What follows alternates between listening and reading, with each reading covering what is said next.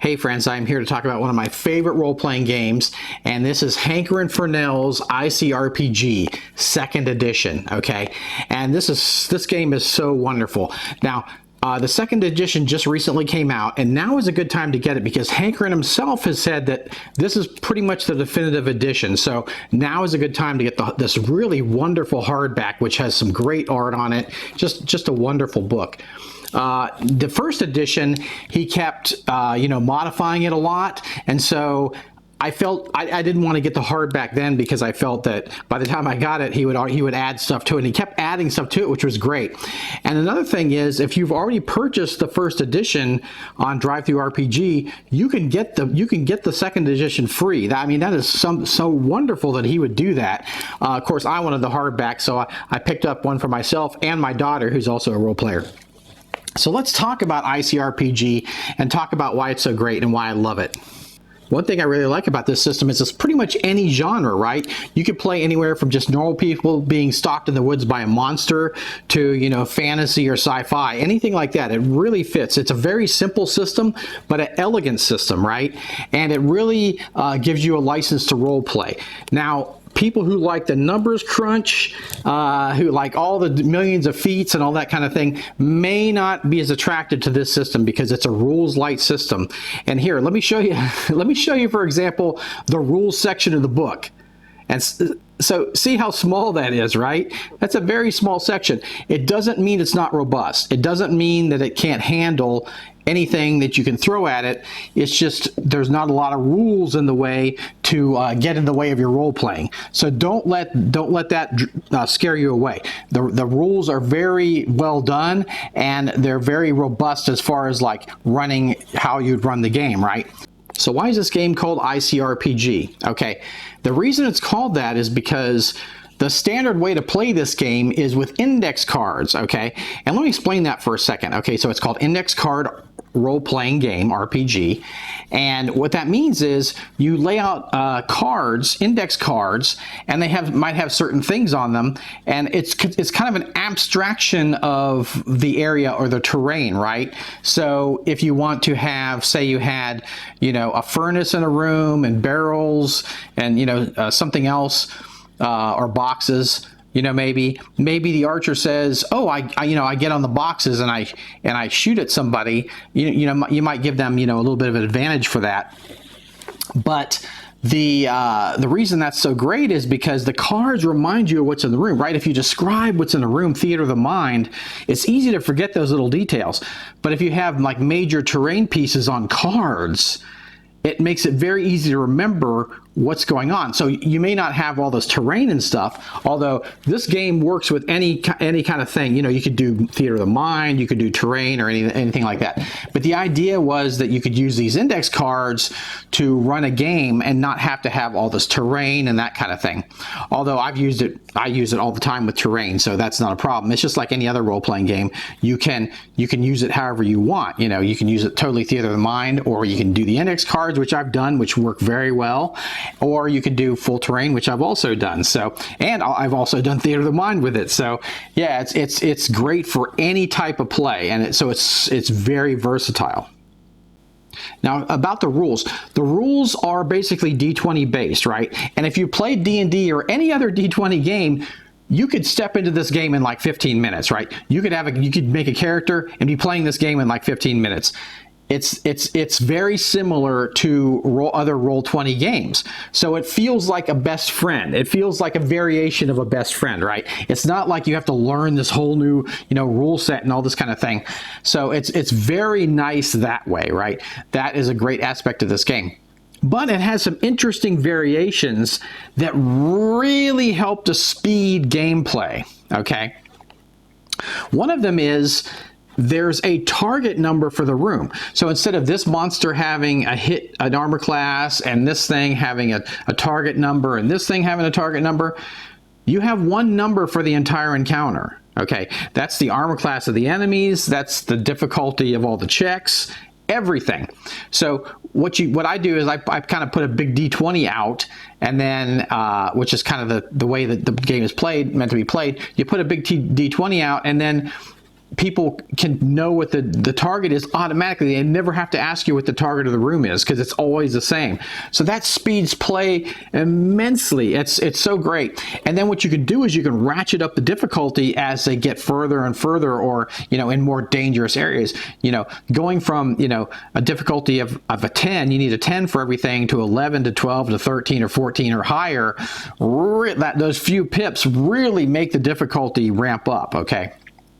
So that's a great aspect to this system. That's one thing that speeds up play. Another thing I really like that speeds up play is enemies have, you also, and enemies have hearts, and a heart is 10 hit points. Okay, so all characters start with 1 heart, and they have 10 hit points. All characters. Monsters are the same way. So they have 10 hit points.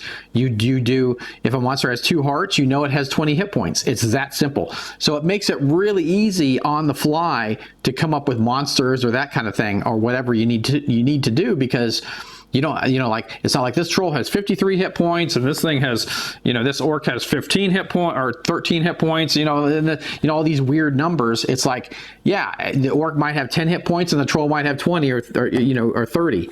That's it. There's nothing more to it. And so it's really easy to make up monsters on the fly. I was like, I need some enemies. Okay, they would have 20 hit points, or they'd have 10 hit points or whatever. So that makes it super simple, to add your own monsters to the game on the fly.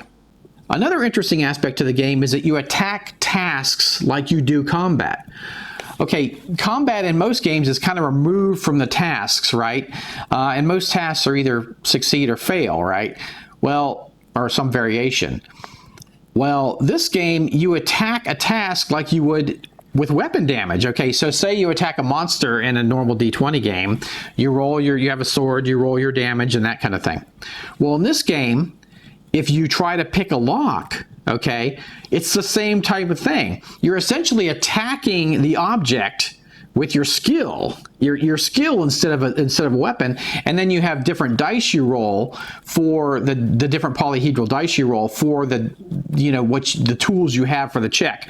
So if you're trying to pick a lock and you don't have very good tools, you might roll a D4 for the progress. Okay, but if you have thieves tools, you might roll a D6 or D8. Okay, it all depends.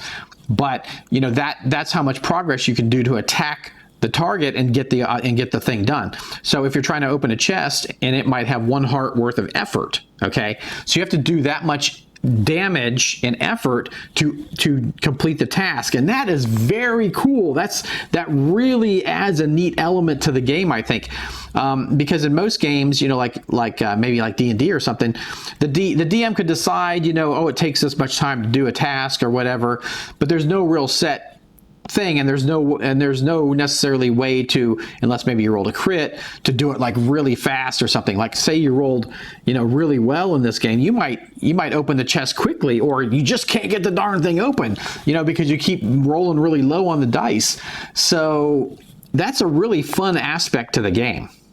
Now, Hankerin is a DM that likes to keep his games going, right? And so what he does is he uses a thing called a timer, which is a rule in the book where you can roll a die, usually a D4, and that's a countdown till something happens.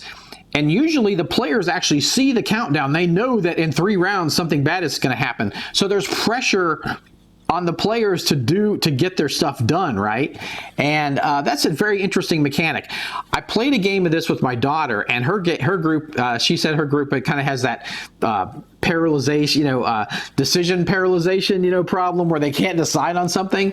But when you're under pressure like this, where something bad is going to happen in a few rounds, you got to decide what you're going to do, right? You don't have time to like make plans for 2 hours, right? You got you got to get it going, right? And so that's a really cool part of the game. Now, I don't always use the timer, okay? I like to be a DM where things happen when I want them to, and I don't like it to be so random. But that's just me. My daughter, like I said, loved that when we did it, because it made her group, like I was DMing her group, I was GMing her group, and it made her group like hurry up and decide what they were going to do. They couldn't sit there and putz around. So it does give a sense of urgency to what you're doing, which is great. But in my style of play, I don't particularly like to use it, and that's just a me thing. That's nothing against the game, because the way this game is, you can add and subtract things that you want so easily. Like, I do another variant of this game where I give out a D6 every time a player fails a roll, right? I love that mechanic of rewarding failure, okay? So every time a player fails a roll, I give them a D6. And then the D6 can be used to add to your D20 roll. It can be used to soak damage, or it can be used to add to your damage roll, to your effort roll. So it's really cool. And if you don't like what you get on the first die, as long as you have more D6s, you can keep rolling those and adding them to your roll. So if you did, I really want to do damage and kill this monster, and you have 3 D6s and you get a 1 on the first one, it's like, oh crap, that didn't do anything. You could roll the next one and get, I got a 5. Okay, I'll stay there. Or you could even roll the third one. So that's really cool. And it tends to suck up those dice really fast. But you can also use the soak damage on yourself. So it's kind of a save your butt kind of mechanic also, which I really like. So that's just a cool variant rule that I added in. He does have some rules in there for a similar type rule, but this is kind of a rule I added in myself. And I really like using it with this system, particularly with the low hit points that you have. Hankerin also has 2 very interesting settings in here. He has his fantasy setting and his sci-fi setting. And I haven't played in the fantasy, but I played in the sci-fi, and I really like the idea of the sci-fi. The sci-fi is kind of a thing where you get in these living ships, and they kind of take you where you know the danger is, where you need to go. I really like that kind of idea of a living ship that takes his crew around the universe, around the galaxy, and to solve problems. And that's pretty cool. The other system, his fantasy system, or his fantasy world, is also interesting too. It has some interesting quirks and that kind of thing. So both worlds are very cool. He also has an expansion, ICRPG Worlds, which has other stuff and extra stuff for both those settings, as well as a setting called Ghost Mountain, which is like a kind of a spooky or a supernatural Western type one, which is really neat. I also really like how Hankerin treats monsters. Monsters can end up being just a bag of hit points and nothing else, right? They don't really have any other special things about them. Hankerin goes to an effort in this book to try to make every monster have some kind of interesting ability or that kind of thing that, not everything in a game like D&D they would have. Like an orc's no different than a goblin, except the armor class and the hit points, right? And the way you role play it, of course. But mechanically, they're not any different. But in this game, he tries to give the stuff a little bit different mechanics, so it makes every monster, interesting in itself with a little bit of its own mechanic, right? So I really like that about his monster section. This is Hankerin in a book, okay? This is how he runs games. He has a fantastic Dungeon Master section. I would highly recommend this just for the Dungeon Master section. It's amazing. He has a great way to Dungeon Master, and he lays it out. That can be very tricky for people who are just starting, mechanically. How do I set up encounters? How do I do this? How do I do that? This book gives you step-by-step ways and ideas to do that, and that's kind of very rare in a Dungeon Master. A lot of it's just kind of advice, which is kind of generic advice that all books give you. But this is very specific, has a fantastic, Dungeon Master section. So new Dungeon Masters, it'll be very helpful to them. Another thing I really like about the system is Hankerin took the time to make some very useful tables for the book, and it's everything from loot to like monster abilities and that kind of thing. So really great stuff, or player character stuff also. So really great stuff, and very valuable to have in this book. In closing, I want to say that if you don't know who Hankerin Furnell is, or his channel Runehammer, you need to check it out. The man is a mad genius. He's amazing. I'm a fan of life for him. He's an amazing person. He gives 110% to his community, and nothing good enough can happen to this person. He gives us so much. He gave us this great game, which hits my table quite a bit. I love it, and I hope it hits your table too. If you're the kind of person that likes a smooth running experience, an RPG kind of smooth running experience, this is the perfect game for you. Like I said, if you like a bunch of crunch, this is probably not the game for you, right? There's other games that are definitely more crunchy. But if you're more of a role player and you like a smooth running experience, this is for you. I must say one thing I'm sad about is there's the forward of the book and the first edition actually had my name in the thank you section, DM Scotty, and this edition doesn't have it. But I understand that because so many people have helped Hanker and make this the great game that it is, that it'd probably be pages and pages in this book.